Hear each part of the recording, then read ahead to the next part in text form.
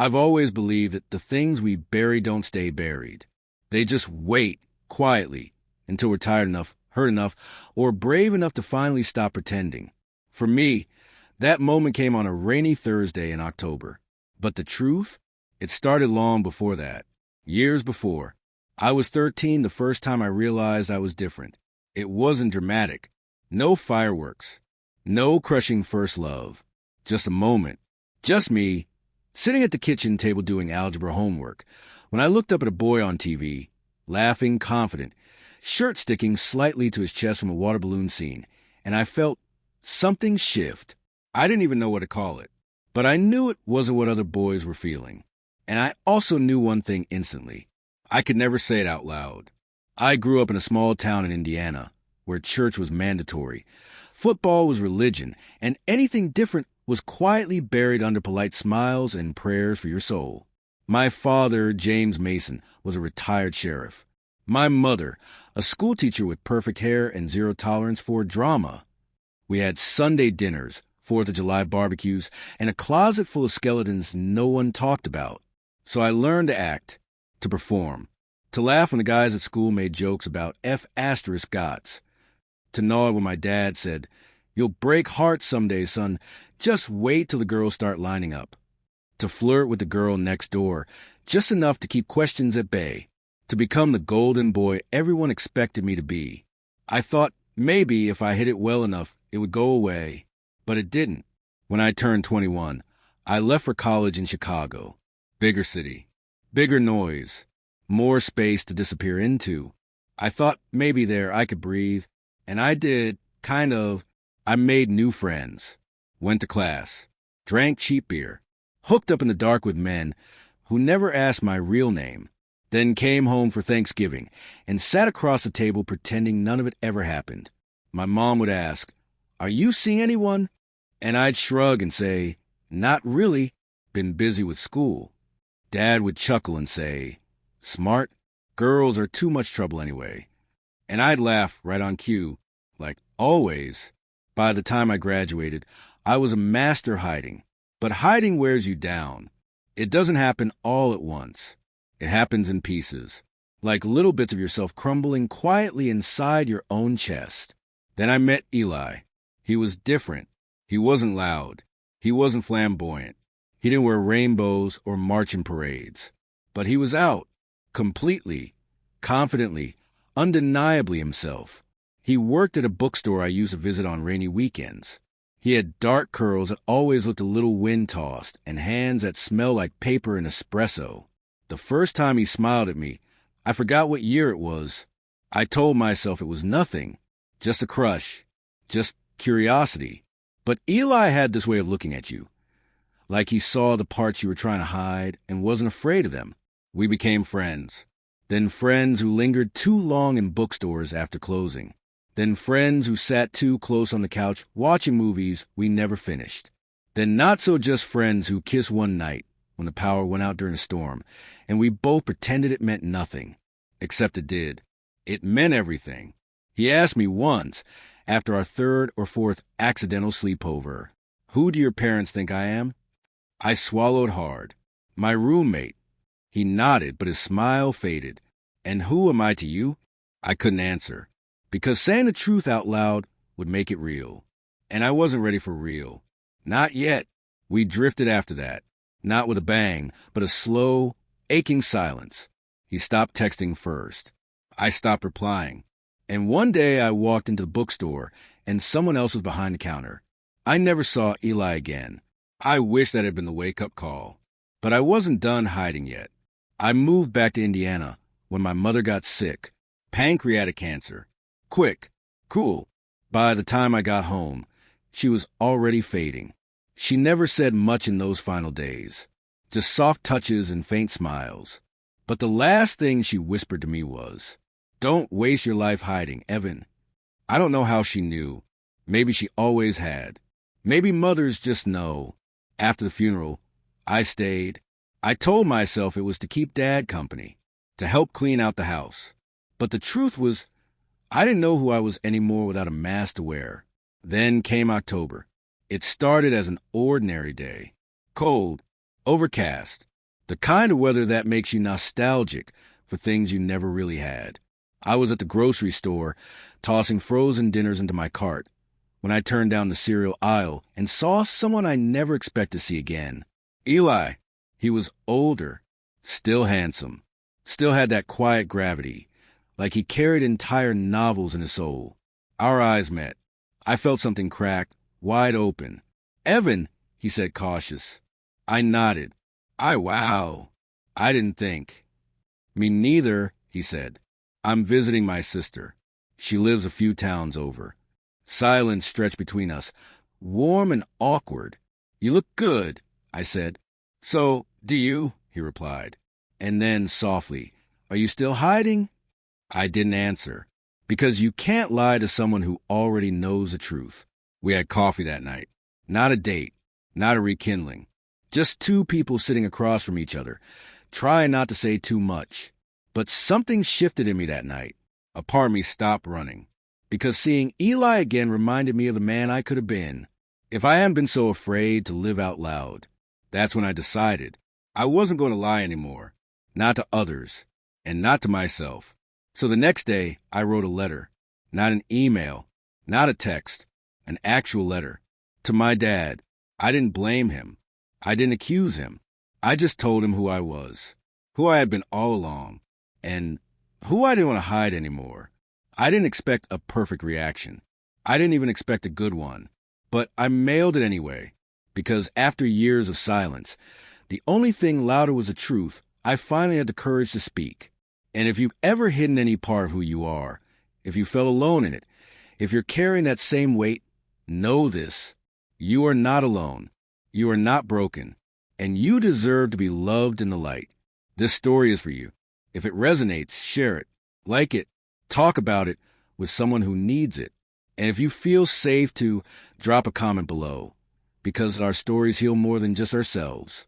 And those who are truly here for our gay community, those who feel seen by stories like this, you're the ones we want subscribing.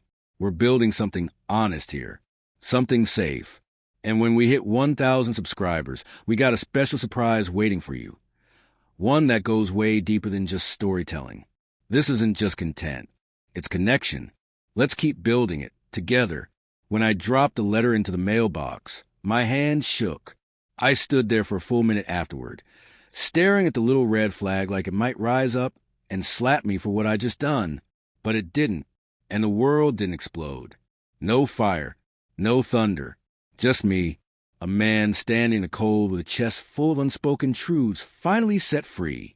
I thought writing the letter would bring relief, but it didn't. Not yet. Instead, I walked around with a knot in my stomach for 3 straight days. I checked my phone constantly. I jumped every time a car pulled into our driveway. I reread what I'd written in my head at least 100 times, hearing my dad's imaginary reaction on loop. Sometimes, in my darkest worry, I heard him laugh. Other times, I heard silence. But what I didn't expect, what scared me most, was the thought that maybe, just maybe, he'd say nothing at all. 3 days passed. No call, no text, no slammed doors or rants or angry letters in return. Nothing. On the 4th day, I heard someone knock. I opened the front door and froze. My father, not in his usual sheriff stance. No hands on hips, no glare, just him, standing there, holding something in his hand, a folded piece of paper. My letter. "Can I come in?" he asked quietly. I stepped aside, hard in my throat. We sat at the kitchen table, the same one I grew up around, the one where we'd eaten dinner every night, where he taught me how to polish my boots, and where Mom used the grade papers late into the evening. He set the letter down between us, and for a long time, neither of us spoke. Then finally, he looked at me, not over me, not through me, but at me, and said, I didn't know how to respond. I swallowed hard. He continued, I read it 6 times. Thought about calling you 100 more, but I figure if I said the wrong thing, I might lose you for good. My voice cracked. You don't have to understand it all. I needed you to know. He nodded slowly. I'm not proud of the man I used to be. Not proud of some of the things I said when you were a kid. I thought I was protecting you. but I was really just protecting myself from what I didn't understand. There was a pause. Then he added, quieter. But I want to understand now. I want to try. I didn't expect to cry. But I did. Years of walls. Of silence. Of pretending. They cracked open right there at that table. And for the first time in a long time, I saw my dad. Not the sheriff. Not the judge or the protector. Just a man. Trying. And that was enough. Later that night, after he left, I sat in the quiet house and felt something I hadn't felt in a long, long time. Not happiness exactly, but peace. Like, maybe I could actually be okay. 2 days later, Eli texted me. How'd it go? I stared at the message for 5 full minutes before replying. He didn't freak out. That's progress. He wants to understand. That's more than I expected. That's everything, Evan. I don't know what came over me, but I replied, want to meet again? Just for coffee? He didn't hesitate. Name the time. We met at the same coffee shop. He was wearing a denim jacket and smelled like rain and leather. We didn't hug, just smiled. Awkward at first, then easier, then natural, like no time had passed at all. Your eyes look lighter, he said after our drinks arrived. I blinked. Lighter? Yeah, like you're carrying less. I sipped my coffee. Maybe I am. He leaned in a little. Does it feel good? Finally speaking up. I nodded. It hurts in places I didn't know existed, but yeah, it also feels like breathing after being underwater too long. He smiled, and it wasn't teasing. It was proud. Good. You deserve to breathe. We talked for 2 hours. Laughed more than I expected. He told me about his new job as a graphic designer. His cat, named Oliver, who hates everyone except him. His favorite diner in the city where the pancakes are basically magic. I told him about the orchard behind our house. How I'd been helping restore it ever since Mom passed. How there's something therapeutic about pruning trees and watching things grow again. When we stood to leave, he hesitated. I'm glad you reached out, he said. Me too. He touched my arm. Brief, soft, familiar in a way that made my chest ache. Then he added, you don't have to do it all alone, Evan. And just like that, the wall I'd started breaking finally began to collapse for real. That night, I sat on the porch and stared out at the trees. It was quiet, but not empty. And for once, I didn't feel like I was pretending to be someone else. I just felt like me. The next day, I opened a blank journal. On the first page, I wrote what I was too afraid to say. Then I began, not for an audience, not for a blog, just for myself. I wrote about the boy on the TV screen, about the jokes in the locker room, the lie I told Melissa Henderson at prom, the first time I kissed Eli, the night I lost my mom. I wrote until my hand cramped and my eyes blurred. And when I was done, I didn't feel fixed, but I felt seen, even if it was just by me. A week later, Dad called, said he wanted to help with the orchard. Your mom loved those trees, he said. I know. Maybe it's time we take care of them together. So we did. Every Saturday morning, we cleared brush, planted new seedlings, pulled weeds. We didn't always talk, but sometimes silence is its own kind of healing. One afternoon, while we were stacking some old crates, he turned to me and asked, did I do more damage than I thought? I paused. Then I said, you didn't protect me from the world, Dad. But maybe now you can help me build one. He nodded, eyes glassy. And for once, neither of us looked away. Later, when I told Eli about it, he smiled. You're building something, Evan, not just with trees, with your truth. And maybe that's exactly what I needed to hear. If someone had told me 6 months ago that I'd be pruning apple trees beside my father while talking about grief, I would have laughed him out of the room. But there we were, dirt on our hands, sunlight dripping through thinning leaves, a thermos of lukewarm coffee between us. He didn't say much. Neither did I. But something in the not talking had changed. It wasn't avoidance anymore. It was presence.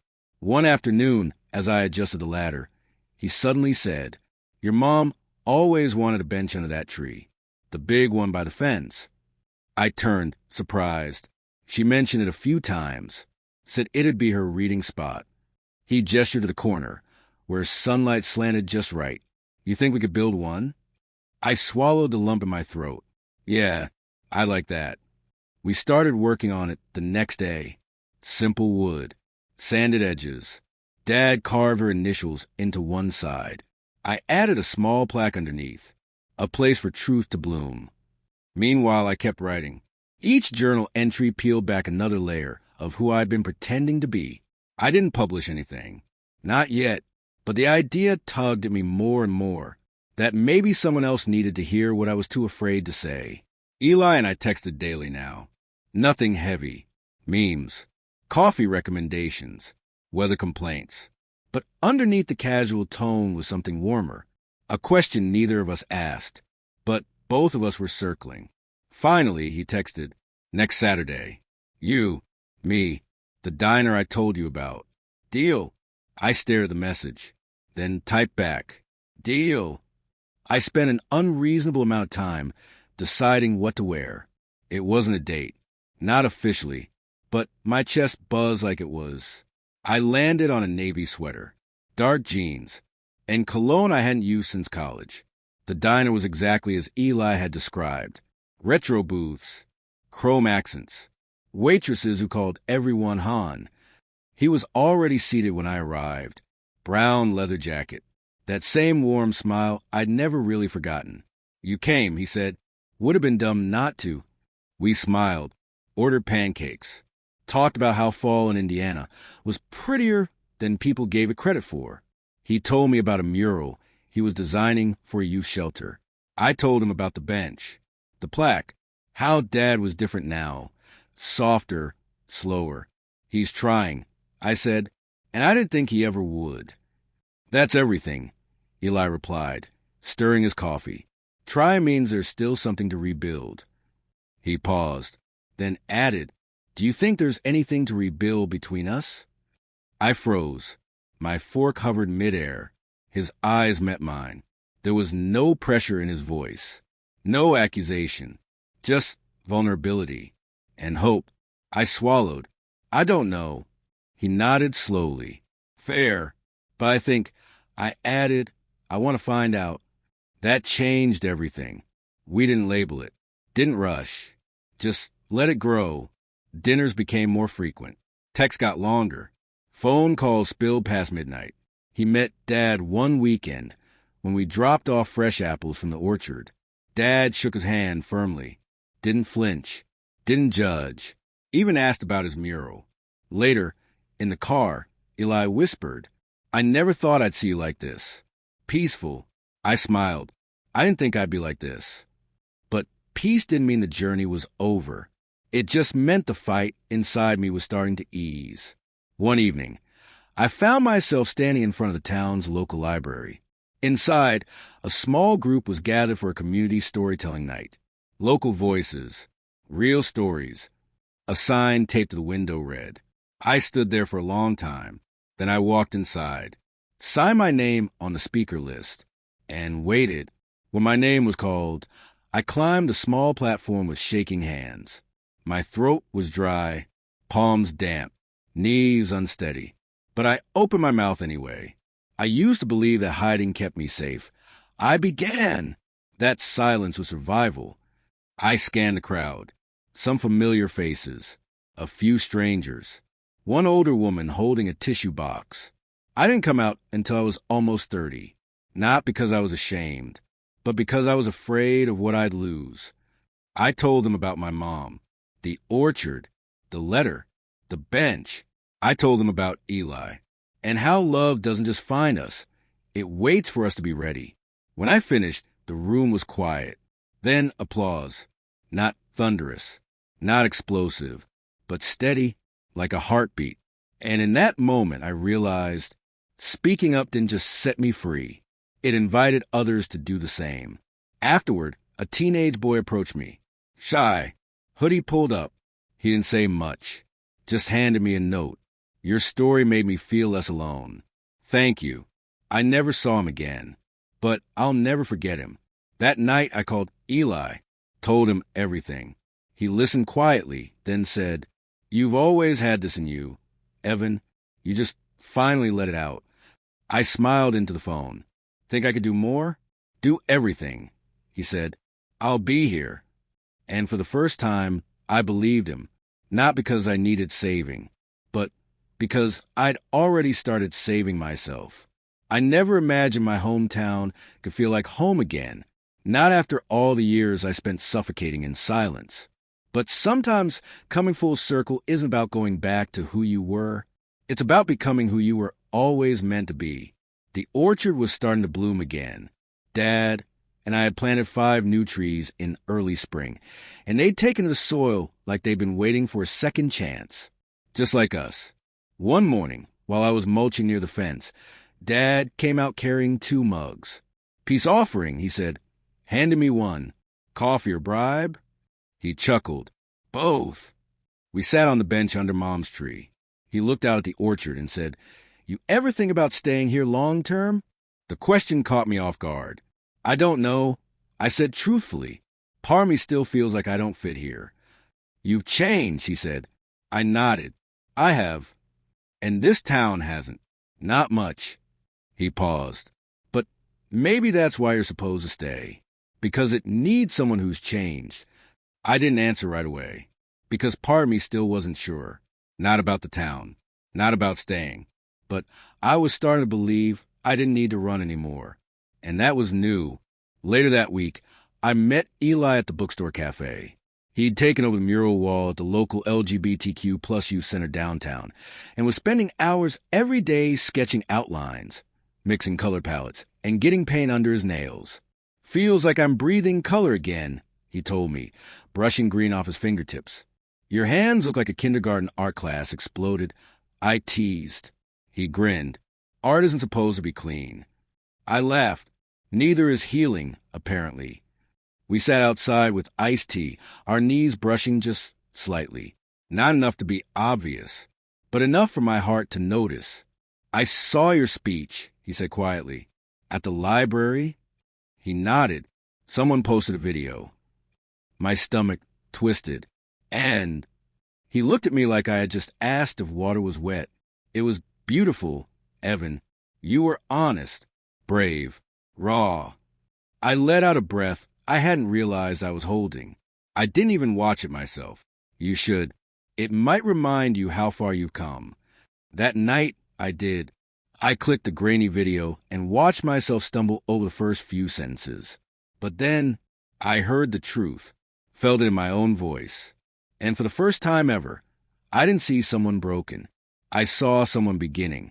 Over the next few weeks, things changed in small, quiet ways. People in town started nodding at me in the store. A couple of the older folks, ones I'd fear the most, said things like, "Saw your video. Took guts, son." And even, "My grandson just came out last year. Didn't know how to talk to him. You helped." Eli and I spent more time together. Walks around the lake. Late night phone calls that ended with "talk tomorrow." And smiles you could hear through the line. Still no labels. But something was building. Something patient. And real. One day, I invited him to the orchard. He showed up in paint-splattered jeans, hair slightly windblown.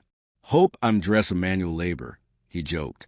"You'll be judged solely by your raking skills," I said, handing him a pair of gloves. We spent the morning clearing debris from the new growth. He moved with ease, like he'd always belonged there. At one point, he looked up at the trees, then at me.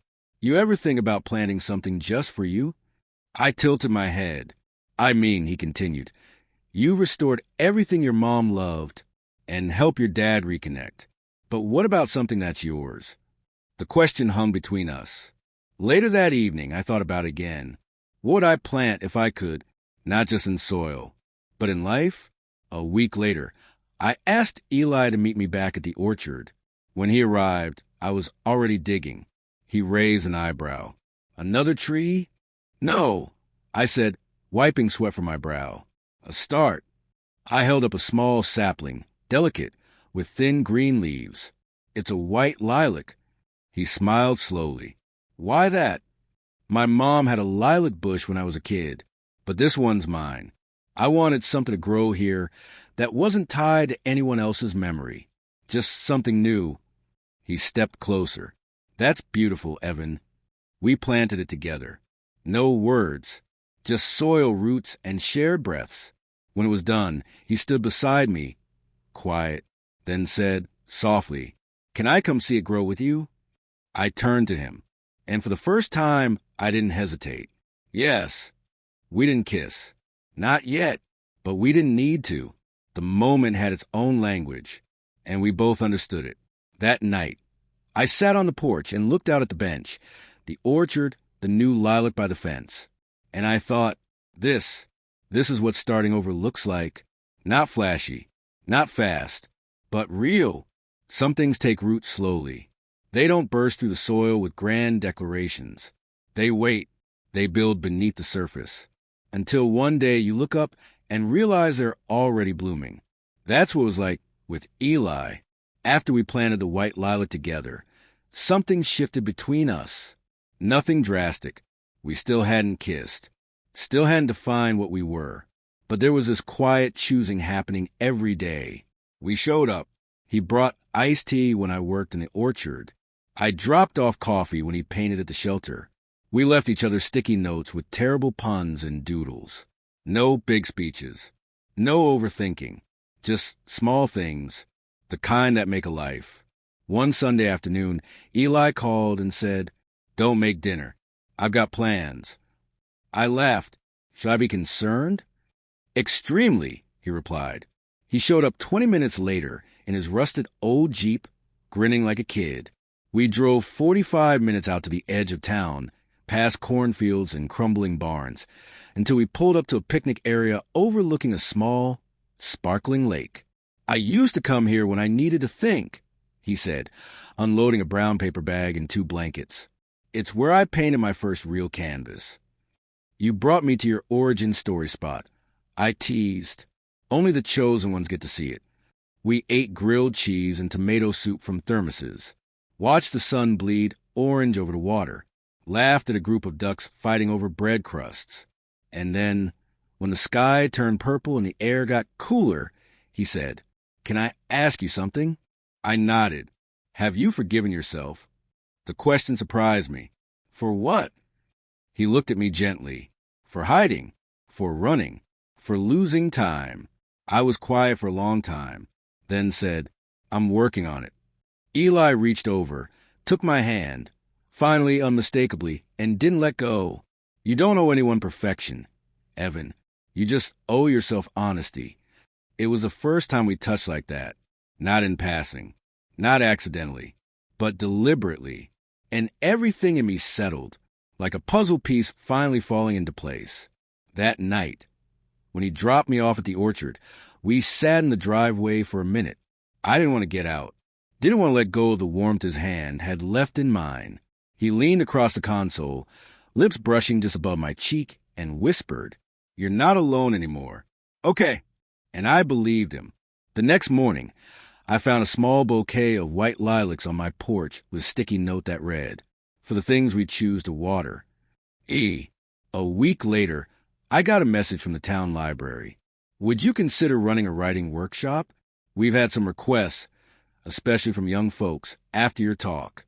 I stared at the email for 5 full minutes. Me? Teach? Share? But I thought about the boy who left me that note, and about how no one ever gave me a safe space to say the things I didn't have words for. So I replied, yes, I'd be honored. The first session had 4 people. A shy girl with buzzed hair and chipped black nails. A boy who couldn't look up from his shoes. An older woman in a floral scarf who said she'd never written anything before but always wanted to. And Eli, who said he was just here to draw, but brought a notebook anyway. We wrote for an hour. No rules. No grades. Just prompts like, write what you were too scared to say when you were 13. By the end, 3 people cried. 1 read their piece out loud. And I realized this wasn't just for them. It was for me too. I started hosting the group weekly. Word spread. More people came. We ran out of chairs. The library called it the Brave Pages. I called it home. One Thursday night after class, Eli waited while I turned out the lights. Your face changes when you're doing this, he said. Like how? Like, you've stopped apologizing for taking up space. I didn't know what to say. He stepped closer. I like this you. The one who shows up without shrinking. That was the night he kissed me. Right there in the darkened hallway outside the meeting room. His hand against the side of my face. Warm. Intentional. Real. No hesitation. No hiding. Just yes. I didn't sleep much that night. Not from nerves. From hope. From the unfamiliar feeling of finally letting myself want something and believing I deserved to have it. A few days later, my dad joined me on the porch at sunset. Got your mom's old photo albums out today, he said, sipping from his chipped mug. She had a lot of pictures I'd forgotten existed.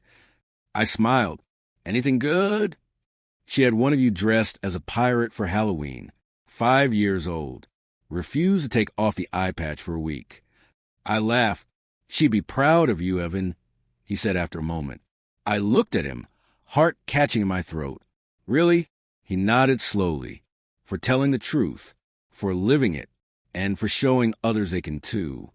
The sky was purple when Eli showed up with 2 boxes of art supplies and a new book for me. We sat in the orchard until it got dark, painting shadows on canvas, stealing glances, finishing each other's sentences. And somewhere between brushstrokes and laughter, I realized this wasn't a new chapter. It was a whole new story. If you'd asked me a year ago where I saw myself, I would have shrugged. Honestly, I probably would have lied. Said something about moving to a city, starting over, meeting new people. All of it would have been half true. Desires I thought I had, dreams I wore like armor. But standing there in the orchard beside Eli, watching late summer sunlight melt over the white lilac we planted, I didn't want to be anywhere else. Life had taken on a rhythm. Mondays were for writing. Wednesdays for the Brave Pages workshop at the library. Saturdays for orchard work with Dad. And somewhere between all of it, Eli. Always Eli. He never demanded anything. Never rushed me. But every moment he was near felt like home. One morning, he showed up with 2 coffees and a nervous smile. Thought you'd want this, he said, holding out the one labeled extra cinnamon. I took it, smiling. You okay? He nodded, but his shoulder said otherwise. Spill. He hesitated. Then, the youth shelter wants to commission a permanent mural. A big one. They asked if I'd design it. That's incredible. It is, but, he exhaled slowly. They also asked if I'd be willing to speak, at the unveiling, about being gay, about art, about visibility. I blinked. You're scared. I'm not used to telling my story, Evan. Not the way you do. You become fearless. I almost laughed. I'm not fearless. I just finally got tired of being scared. That night, we sat under the stars on the bench by Mom's tree. Eli rested his head against my shoulder. You think I can do it? He asked quietly. I turned to him. You've been telling your story since the first time you picked up a brush. This is just using a different kind of canvas. He kissed me then, and I swear I could feel his heart pressing against mine. 2 weeks later, I watched from the front row as Eli stood before a crowd of teens, parents, volunteers, and community members. Behind him, the mural shimmered in bold, vibrant colors, waves of abstract shapes, faces, flowers, and in the center, a hand reaching upward with vines growing from its fingertips. Eli cleared his throat. I used to think being quiet was the safest thing, that if I blended in, I wouldn't get hurt. But hiding didn't protect me. It buried me. Art saved me. And now, I want to use it to show others they don't have to disappear. His voice shook at times, but he didn't stop.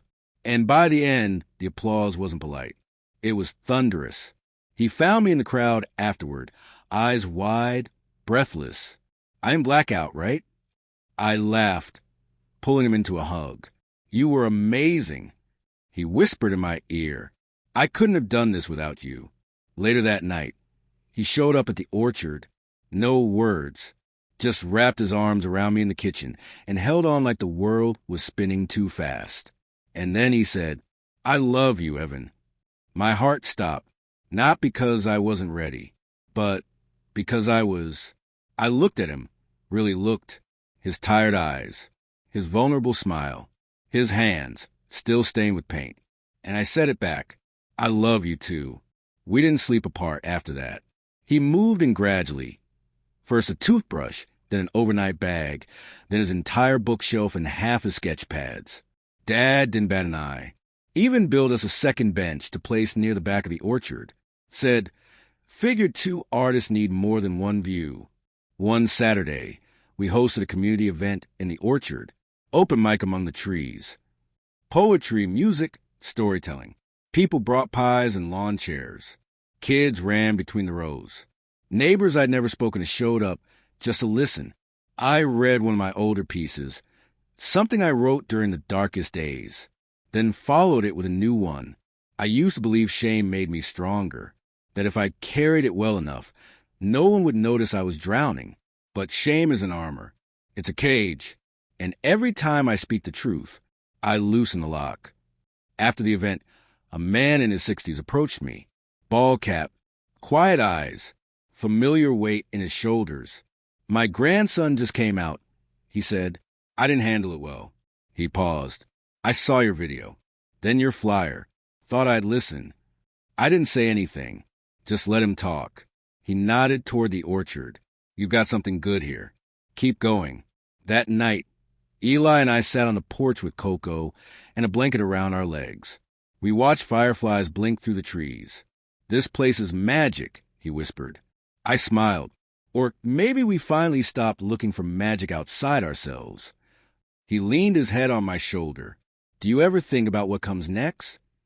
All the time, I admitted, and I think I want to write a book. He looked up, eyes gleaming. You have to. You'll help with the cover? Only if I get to paint the dedication page. We laughed, but deep down I knew we weren't joking. The words were real. The love was real. The future was real. And it was ours. There are some stories you don't expect to live, let alone tell. And even when they become your truth, part of you still stands back in awe, asking, how did I get here? I used to walk through this orchard with my head down, hiding from the world, from myself. Now, I walk through it hand in hand with Eli, talking about chapter titles. Because yes, I started writing the book. It wasn't planned. Not at first. I'd been journaling for months, filling pages with memories, scars, lessons, moments of grace. Eli was the first one to say it out loud. What if your story is the story someone else is waiting to hear? The night he said it, we were curled up under the stars, a blanket across our legs, the quiet of the orchard buzzing softly around us. I stared at him. You really think it matters that much? He turned to me. Evan, it saved you. Why wouldn't it save someone else? That night, I opened a blank document on my laptop, typed 3 words. This is me, and began. Writing a book is like pulling a thread from your chest and hoping the world understands the pattern it weaves. Some days I wrote for hours. Other days, I stared at the blinking cursor and heard nothing but doubt. Eli never pushed. He just left sticky notes around the house with reminders like, your voice matters. Take a break when you need one. Don't delete the hard parts. And sometimes, I'm proud of you. Around the same time, the Brave Pages workshop doubled in size. A local newspaper wrote a feature. The librarian cried during an interview. Parents started attending, not just to listen, but to learn. One afternoon, a woman in her 50s stood up and read a poem she'd written about her son, who had come out a decade earlier. She cried through every word. Afterward, she hugged me and said, I wish I'd had a place like this back then. Maybe I would have known how to love him better sooner. I carried that moment with me for days. Meanwhile, my dad had become something of an orchard legend. He'd named the lilac hope, watered it like it was royalty, even built a little birdhouse nearby and painted it yellow, Mom's favorite color. One evening, I found him standing there, staring up at the sky, thinking. I asked. He nodded, slow, about your mom, about how she would have loved the season. Then, after a pause, about how proud she'd be of you. I swallowed hard. Thanks, Dad. No, son. Thank you. You brought life back here. It wasn't perfect. Not every conversation in town was kind. Not every glance was free of judgment. But I had stopped living for approval and started living for truth. Eli was painting again, more than ever. He sold his first official collection to a local gallery, a series called Still Here. Each canvas captured moments of survival, growth, intimacy. One piece, a rough, abstract rendering of two figures seated beneath a tree. He refused to sell. "This one's ours," he said, hanging it above our fireplace. We fell into a rhythm that felt like forever. Mornings with coffee and laptops. Afternoons with brushes and pruning tools. Evenings with wine and tangled blankets and quiet declarations like, "I didn't know life could feel this soft." Then, one afternoon, I got an email that stopped me cold. Subject: from the editor's desk, regarding your manuscript. My hands shook as I clicked it open. "Evan, your story touched something deep in me. We'd love to offer you a publishing contract." I read it 5 times before I shouted for Eli. He ran in from the backyard, covered in grass stains and sunburned across his nose. What's wrong?" I thrust the laptop at him. "Read it." When he finished, his eyes were wide, bright. He tackled me into the couch. We laughed like kids, like we were weightless, like everything, every ache, every tear, every hard night alone had led here. I called my dad that night. He listened quietly, then said, "Son, I always knew you had something to say. I just didn't know how badly the world needed to hear it." And for once, there was no sadness in his voice, only pride. The publishing process moved fast. They wanted a spring release. My editor worked closely with me, gently guiding, never erasing. They let me keep the title. "This Is Me, a story of hiding, healing, and coming home." Eli painted the cover. It featured the orchard, the lilac, 2 figures walking side by side, blurred but close. When the proof arrived, I held it in shaking hands. "I don't even care if it sells." I whispered, "This just existing means everything." Eli leaned over and kissed my cheek. "It'll sell, but more than that, it'll matter." The book launched in May. By July, it hit local bestseller lists. We did readings across the state, some in bookstores, some in churches, some in schools that invited me because they wanted to be better for their students. In one small town, a high school boy approached me after the talk. Skinny, nervous, rainbow bracelet hidden beneath his sleeve. He said, "I didn't think I'd make it to 18. Your book changed that." I hugged him, cried, all the way back to the car. Eli and I kept writing our story every single day, not on paper, but in the way we cooked together, walked in silence, left notes in lunchboxes, fought over which documentary to watch, and always ended the night with, "I'm glad it's you." Dad retired officially that fall, passed the orchard to me and said, "I'll still be here, but it's your season now." We threw a little celebration, neighbors, family, volunteers. We lit lanterns in the trees, ate too much apple pie. When it got late and people trickled home, Eli and I stood beneath the white lilac. He slid something small into my hand. A ring, simple, silver, etched with a vine pattern, just like the one in his mural. I looked up, heart racing. He didn't kneel, didn't recite anything long. He just said, "I want to build everything with you. Will you marry me?" I didn't cry. I laughed like I couldn't breathe, then said the easiest word of my life, "Yes." And in that moment, under stars and lilacs and everything we'd rebuilt, I realized I hadn't just survived, I had blossomed. I used to wonder if I'd ever get to say the words, "This is the man I'm going to marry," and not just say them, but say them proudly, with my chin high, my heart open, and no need to whisper or look over my shoulder. I don't wonder anymore, because Eli is that man. After he slid the ring on my finger under the white lilac, the world seemed to soften around us, as if time knew it needed to hold still for a moment. We stood in that quiet space between surprise and certainty, laughing and crying, fingers tangled. "I didn't plan a speech," he admitted. Good, I said, because I'd probably interrupt you. We didn't rush into planning. Didn't care about Pinterest boards or flower arrangements right away. We just sat with the idea that we could, that two gay men in a small U.S. town could marry, out loud, and be celebrated for it.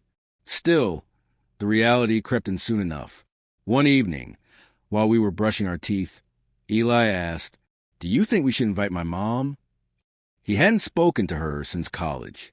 She'd sent him one letter in 4 years, a birthday card with no return address and 3 sentences.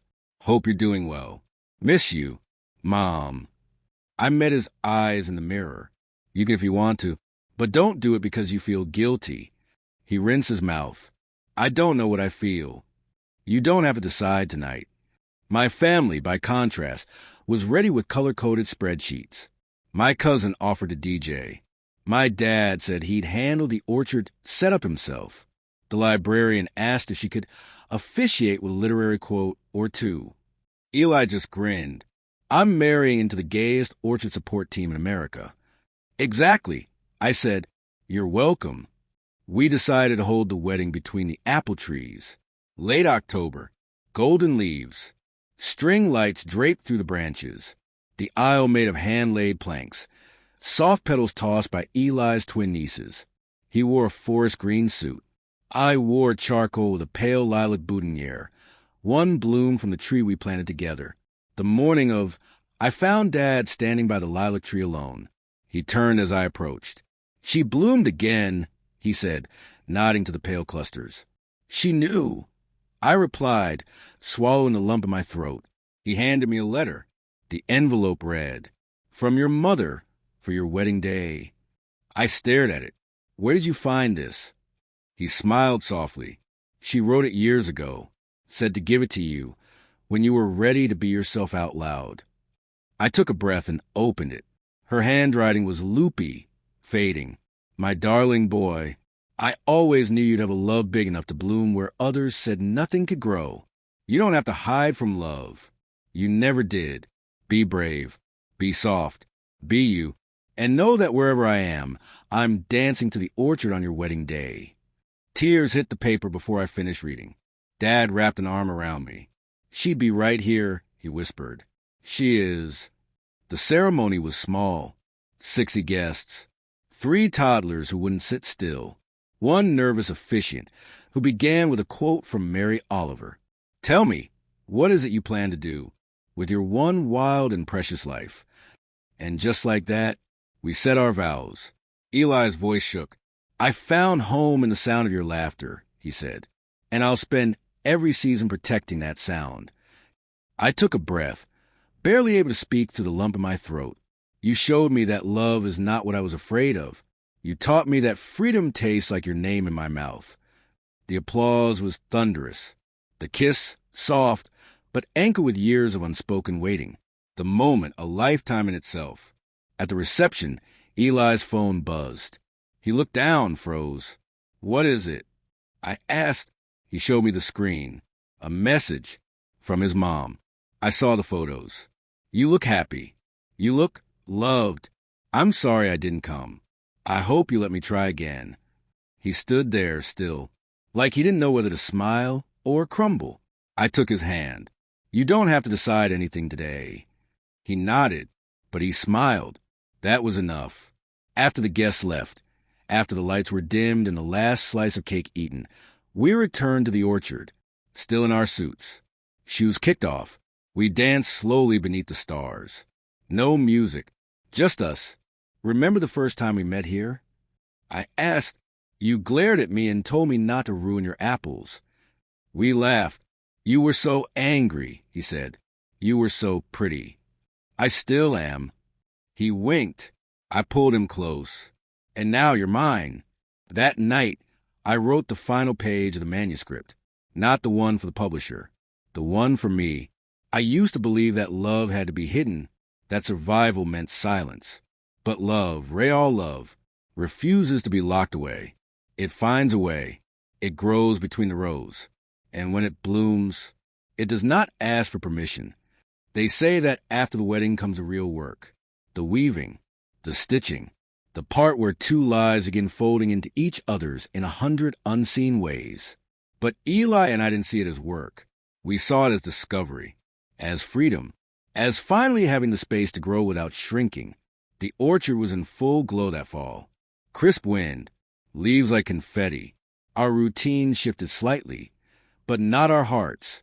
He painted in the mornings with the light at just the right slant. I edited book drafts or walked the property with Dad, talking about irrigation, about the changing seasons, about grief and how it never disappears, just softens around the edges. The week after our wedding, something unexpected happened. Eli's mom showed up. No warning. Just a knock on the door while we were in the middle of making pancakes. I opened it, and there she was. Same brown eyes as Eli. Older, softer, still unsure. "Hi," she said small. I didn't know where else to go. Eli froze behind me, spatula in hand. He didn't speak for a moment. Then, "Why now?" Her voice broke. "Because I saw you." And for the first time, I didn't see my fear. I saw you. We stood in silence for what felt like a year. Then Eli stepped aside and opened the door. She stayed for an hour. No arguments. No tearful reunion scripted like a movie. Just two people starting over. She asked about his art, about the mural, about how we met. I made tea. Eli sat across from her, jaw tight but heart visible in his eyes. Before she left, she turned to me. "I missed everything," she said, "but you brought him back to himself. Thank you." I shook my head. "No, he did that. I just stood close enough to see it happen." She left in tears, but they were the kind that water something buried deep. That evening, Eli didn't say much. He just curled into me on the couch, tracing circles on my hand, and whispered. I didn't know how much I still needed that. Meanwhile, life outside our bubble didn't stop. The Brave Pages workshop expanded into 3 towns. A school board invited me to speak after a group of LGBTQ+ students formed a new alliance. Eli's art went national. He was invited to submit to a major queer exhibit in Seattle. "I'm scared," he admitted when the invitation arrived. "I know," I said, "but that's how you know it's worth doing." We spent that winter building things. Not just dreams, but spaces. A writing cabin at the edge of the orchard, a new mural on the barn, and a room in a house that we called the green room, filled with books, blankets, art, and records. A place to land when the world felt too loud. Sometimes people message me online. Teenagers, middle-aged men, mothers, daughters, uncles, strangers. They said things like, "I came out because of your book. I cried reading your poem about the orchard. Your love story made me believe I might get mine too." And every time I would sit quietly after, not because I didn't know how to respond, but because I felt it, like a ripple that started long ago finally reaching the shore. One night, I got a message from someone who signed only as J. It read, "You don't know me, but your dad used to coach me in baseball when I was a kid. I was scared even then. He treated me with respect before I knew how to ask for it. You're lucky to have him, and I'm grateful to have known him." I showed Dad the message the next morning. He read it twice, didn't say anything for a while, then whispered, "I never thought being decent would mean that much, but I'm glad it did." Spring came early that year. The lilac bloomed ahead of schedule, and with it, our first wedding anniversary arrived. We celebrated with a quiet dinner in the orchard. Same spot, same bench, same hands intertwined. "I used to think we'd have to fight for every inch of peace," I said. Eli smiled. "We did, and now we're living in the garden we made from the wreckage." That night, I wrote a note and left it on Eli's pillow. "Every day I wake up beside you is a day I rewrite every lie I used to believe about love. Thank you for proving them all wrong." The thing about living openly is that it doesn't just change you, it changes everyone around you.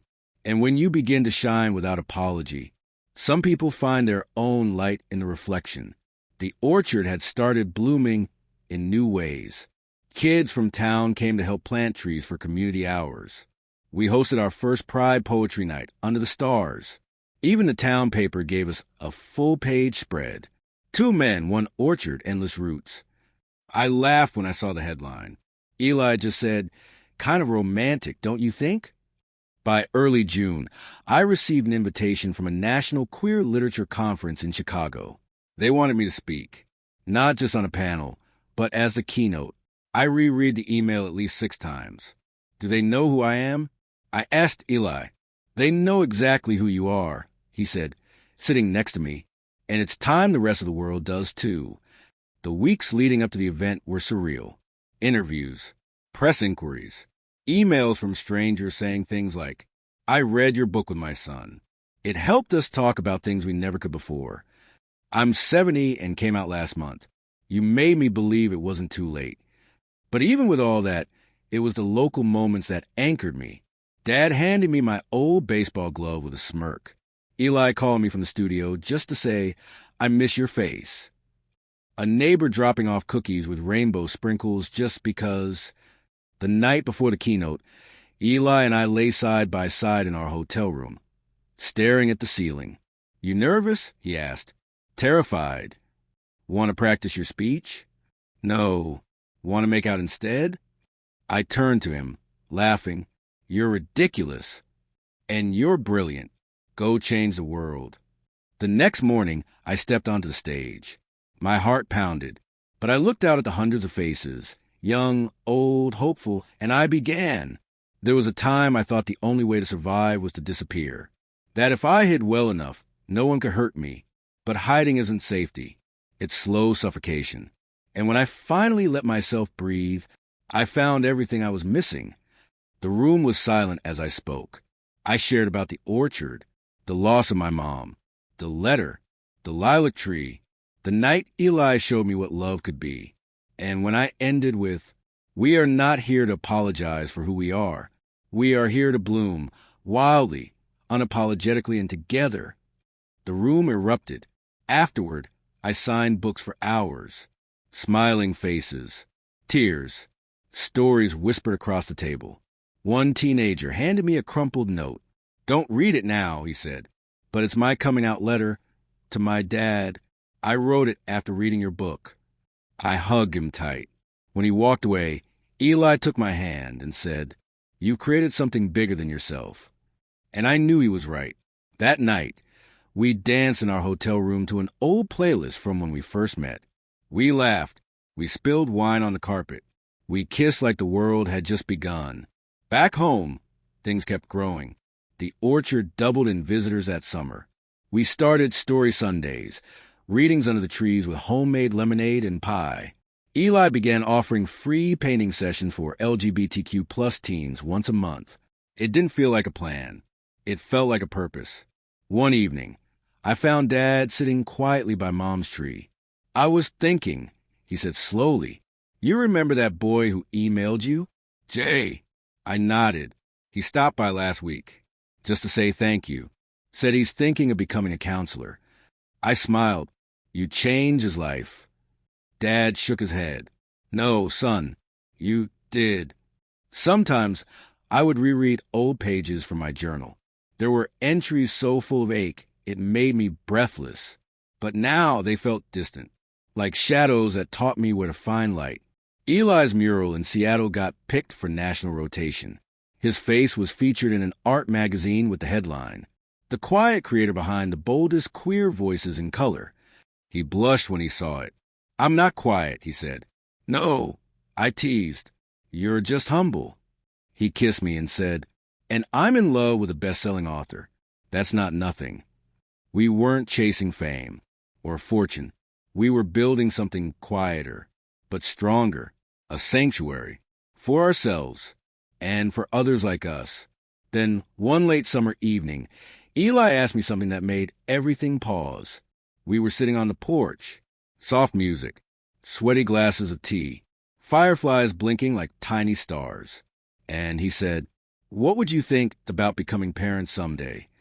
The question hit me somewhere deep, not in fear, but in wonder. You think we're ready for that? I think we'd figure it out. And I think a kid would be lucky to grow up with a home like this. I didn't say yes. Not yet. But I didn't say no either. I just looked out at the orchard and said, Let's talk more about it tomorrow. Because I knew there was still more of our story to write. There's a kind of quiet that only comes after the storm has passed. Not the silence of fear, but the hush of peace. Eli and I sat on the back porch, barefoot, our fingers lightly brushing on the armrest between us. It had been almost 3 years since the first day he walked into my life, paint-stained and defiant. 3 years since I finally said out loud what I had hidden for so long.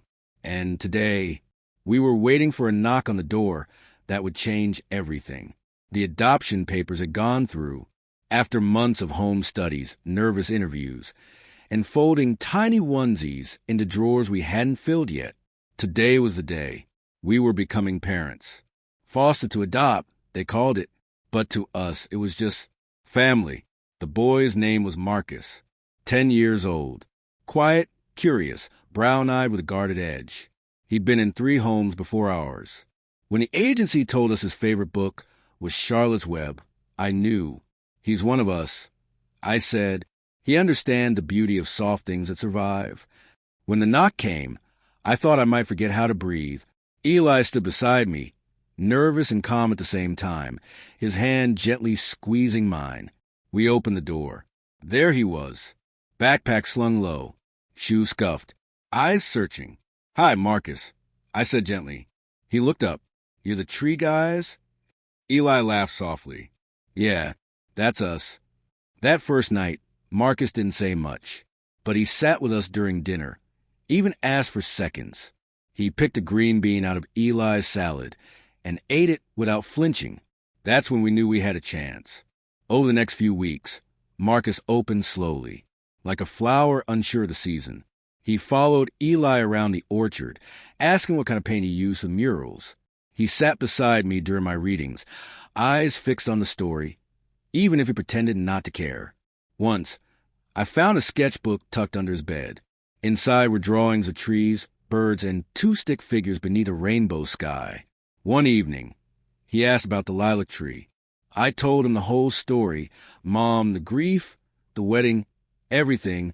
He didn't say anything, just reached out and touched one of the blossoms, and whispered, "It smells like something safe." We built new routines with him.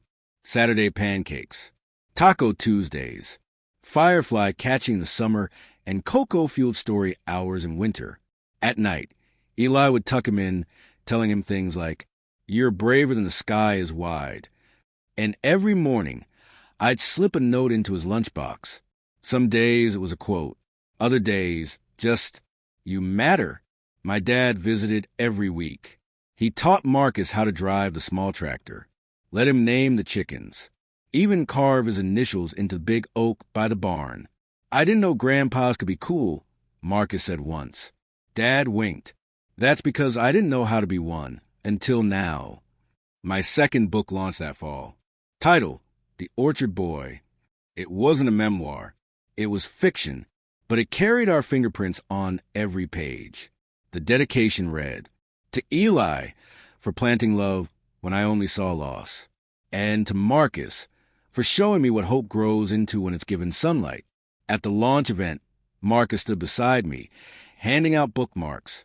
He wore a shirt that said, "This is what chosen family looks like." Someone in the crowd asked him if he liked the book. He shrugged and said, "It's cool, I guess." He wrote about me without making it obvious. But I know. Everyone laughed.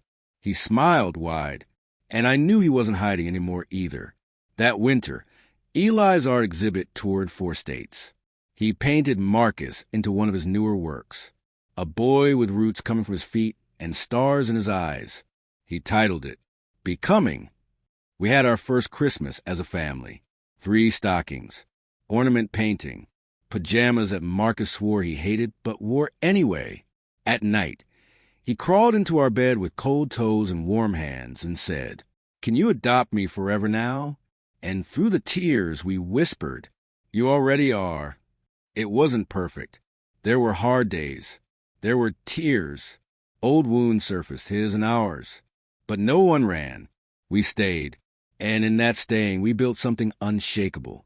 One morning, as spring crept back in and the orchard smelled like blooming memory, I found a letter taped to my laptop. It was from Marcus.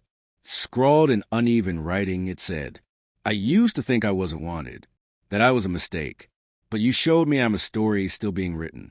Thank you for not giving up on me, even when I didn't believe in myself yet. I love you, Dads. I folded the letter and held it close and whispered to myself, this is what freedom feels like. It's not loud. It's not always triumphant. It's not always easy, but it's honest. It's earned. It's ours. And now, when I look out at the orchard, at the boy with the paintbrush and the smile that took time to grow, at the man I married who still brings me lilacs every April, at the life we built, rooted in truth and watered in love, I no longer ask, how'd I get here? Because I know I spoke up and the world finally listened.